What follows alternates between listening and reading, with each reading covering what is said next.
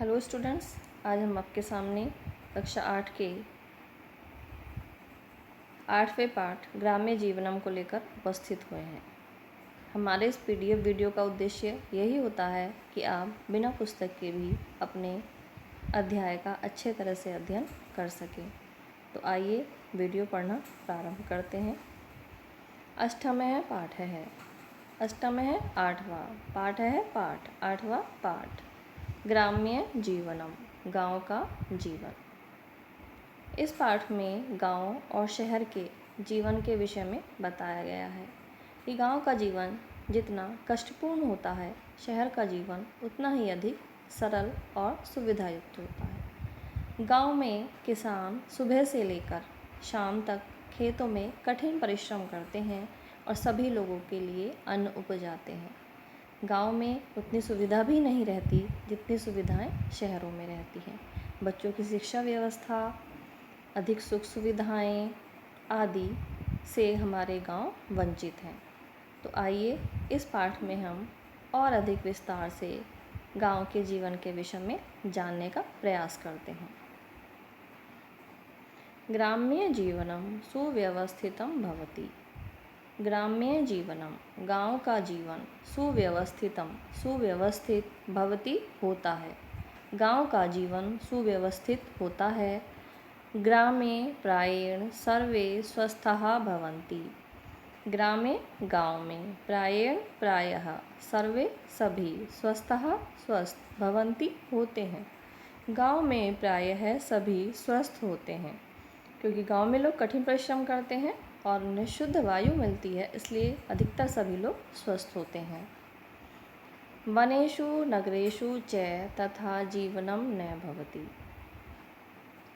वनेषु, वनों में, नगरेषु च और नगरों में, तथा जीवनम वैसा जीवन न भवति नहीं होता है।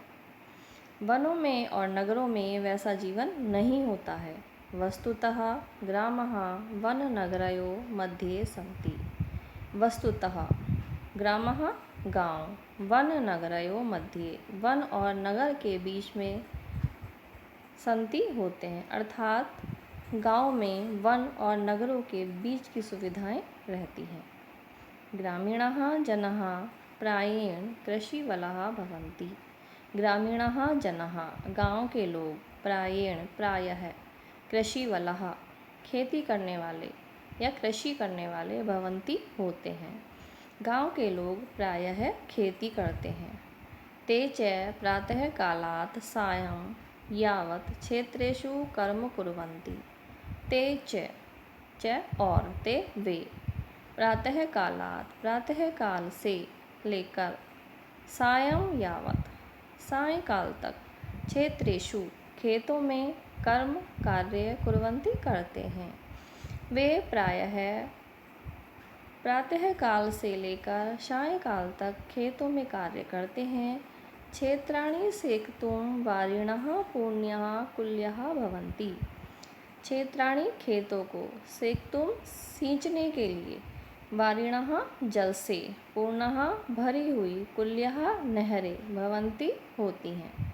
खेतों में सिंचाई के लिए जल से भरी हुई नहरें होती हैं।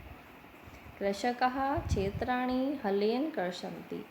कृषकः, किसान, क्षेत्राणि खेतों को, हलेन हल से, कर्षन्ति जोतते हैं।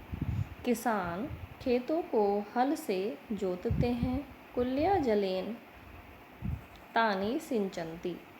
कुल्या नहर के, जलेन पानी से, तानि उनकी, सिंचन्ति सिंचाई करते हैं। तत्र बीजानि वपन्ति च। तत्र और वहाँ, बीजानि बीजों को, वपन्ति बोते हैं।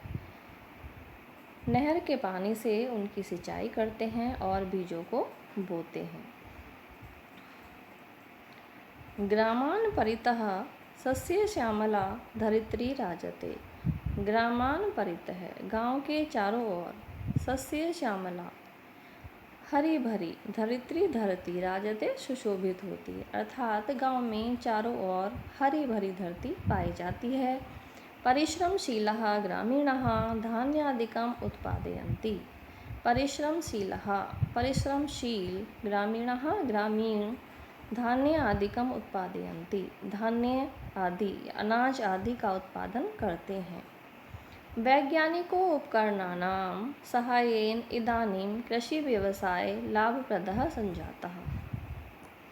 वैज्ञानिक उपकरणों से सहायता इदानीं इस समय कृषि व्यवसाय खेती का कार्य लाभप्रद संजात हो गया है। वैज्ञानिक उपकरणों की सहायता से इस समय खेती का कार्य लाभप्रद हो गया है, अर्थात किसानों को वैज्ञानिक उपकरणों से थोड़ी अपने कार्य करने में सहायता मिली है और उनका कार्य आसान हो गया है। ग्राम पथिकानां गोपालानां च संगीतेन हृदयं प्रसन्नं भवति। ग्राम पथिकानां गोपालानां च, गाँव में पथिकानां पथिकों का, राहगीरों का, गोपालानां च और ग्वालों का, संगीत से हृदयं प्रसन्नं भवति, हृदय प्रसन्न रहता है। वृक्षः निस्वार्थमेव फलं छायां च प्रयच्छति। वृक्षः यानी वृक्ष निस्वार्थमेव निस्वार्थ रूप से फलम फल, छायां च और छाया, प्रयच्छन्ति देते हैं। वृक्ष निस्वार्थ भाव से फल और छाया प्रदान करते हैं। ग्रामे शुक, कपोत, मयूर, कोकिलादय पक्षिणः कूजन्ति। ग्रामे गाँव में शुक तोता, कपोत कबूतर, मयूर मोर, कोकिल कोयल आदि पक्षी कूजन्ति कूजते हैं। गाँव में तोता, कबूतर, मोर, कोयल आदि पक्षियों का कूजन रहता है। अश्व, गो, महिषः, मेषादय पशवः च चरन्ति। अश्व यानी घोड़ा, गो यानी गाय, महिष भैंसा, मेष यानी भेड़ आदि पशवः पशु च चरन्ति चरते हैं। घोड़ा, गाय, भैंसा, भेड़ आदि पशु भी चरते हैं। ग्रामेषु मनोरंजनम अल्पव्ययसाध्यं भवति। ग्रामेषु गाँव में मनोरंजन अल्पव्ययसाध्यम कम खर्चीला भवति होता है। गाँव में मनोरंजन कम खर्चीला होता है। धूलिधूसरितः बालकः विविधक्रीडां कुर्वन्ति।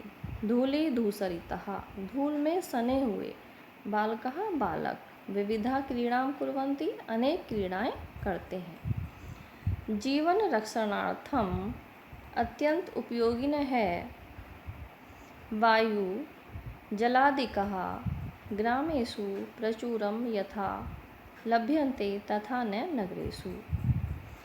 अत्यंत उपयोगिनः अत्यंत उपयोगी, वायु जल आदि ग्रामेषु गाँव में, प्रचुरम पर्याप्त मात्रा में, यथा लभ्यन्ते जिस प्रकार पाए जाते हैं, तथा न नगरेषु वैसे नगरों में नहीं। अर्थात हमारे प्राणदायक वायु और जल जितने अधिक शुद्ध मात्रा में गाँव में होते हैं उतने शहरों में नहीं होते हैं। ग्राम्य जीवनम सदाचार संपन्न धार्मिकम च भवति। ग्राम्य जीवनम गाँव का जीवन सदाचार संपन्न धार्मिकम च और धार्मिक भवति होता है। गाँव का जीवन सदाचार संपन्न और धार्मिक होता है, अर्थात गाँव के लोग सीधे साधे और अपने धर्म के मानने वाले होते हैं। ग्रामवासिना मनांसि निर्मलानि भवन्ति। ग्रामवासियों का मनांसी मन, निर्मलानि निर्मल, भवन्ति होता है, अर्थात ग्रामवासी या गांव के लोग मन से सरल और निर्मल होते हैं, अर्थात वह सरल स्वभाव के होते हैं। तत्रत्य वातावरणं स्वच्छं भवति। तत्रत्य वहाँ का वातावरण स्वच्छं भवति स्वच्छ रहता है, अर्थात वहाँ कोई प्रदूषण नहीं रहता है। प्राचीन काले ग्रामेषु तथा विधम शिक्षालय चिकित्सालयादीनां सौविध्यं नासीत्। प्राचीन काल में ग्रामेषु गाँव में, तथा विधम उस तरह के, शिक्षालय अर्थात विद्यालय या स्कूल, चिकित्सालय आदि, सौविध्यम सुविधा, नासीत नहीं थी। प्राचीन काल में गाँव में उस तरह की शिक्षा व्यवस्था अर्थात विद्यालय या चिकित्सालय या अस्पताल नहीं थे, यथा अद्य अस्ति, जैसे आज हैं। तथापि अधुना ग्रामेषु सकलानि साधनानि यदि उपलब्धानि भवेयुः। तथापि अधुना इस समय ग्रामेषु गाँव में सकलानि साधनानि समस्त साधन यदि उपलब्धानि भवेयुः यदि उपलब्ध हो जाएं। यदि अब भी गाँव में समस्त साधन उपलब्ध हो जाएं तर्हि ग्राम्य जीवनम इतोपि सुकरम भवति सुकरम सुखकरम च भविष्यति। तर्हि तो ग्राम्य जीवनम गाँव का जीवन इतोपि इससे भी अधिक सुकरम सुखकरम च भवन्ति सरल और सुखकर हो जाएगा। तदर्थम ग्राम निवासी भी संभूय प्रयत्न विधेय। तदर्थम उसके लिए ग्राम निवासी भी ग्राम के निवासियों को भी या ग्रामीणों को भी संभूय एक इकट्ठा होकर प्रयत्न विधेय करना चाहिए।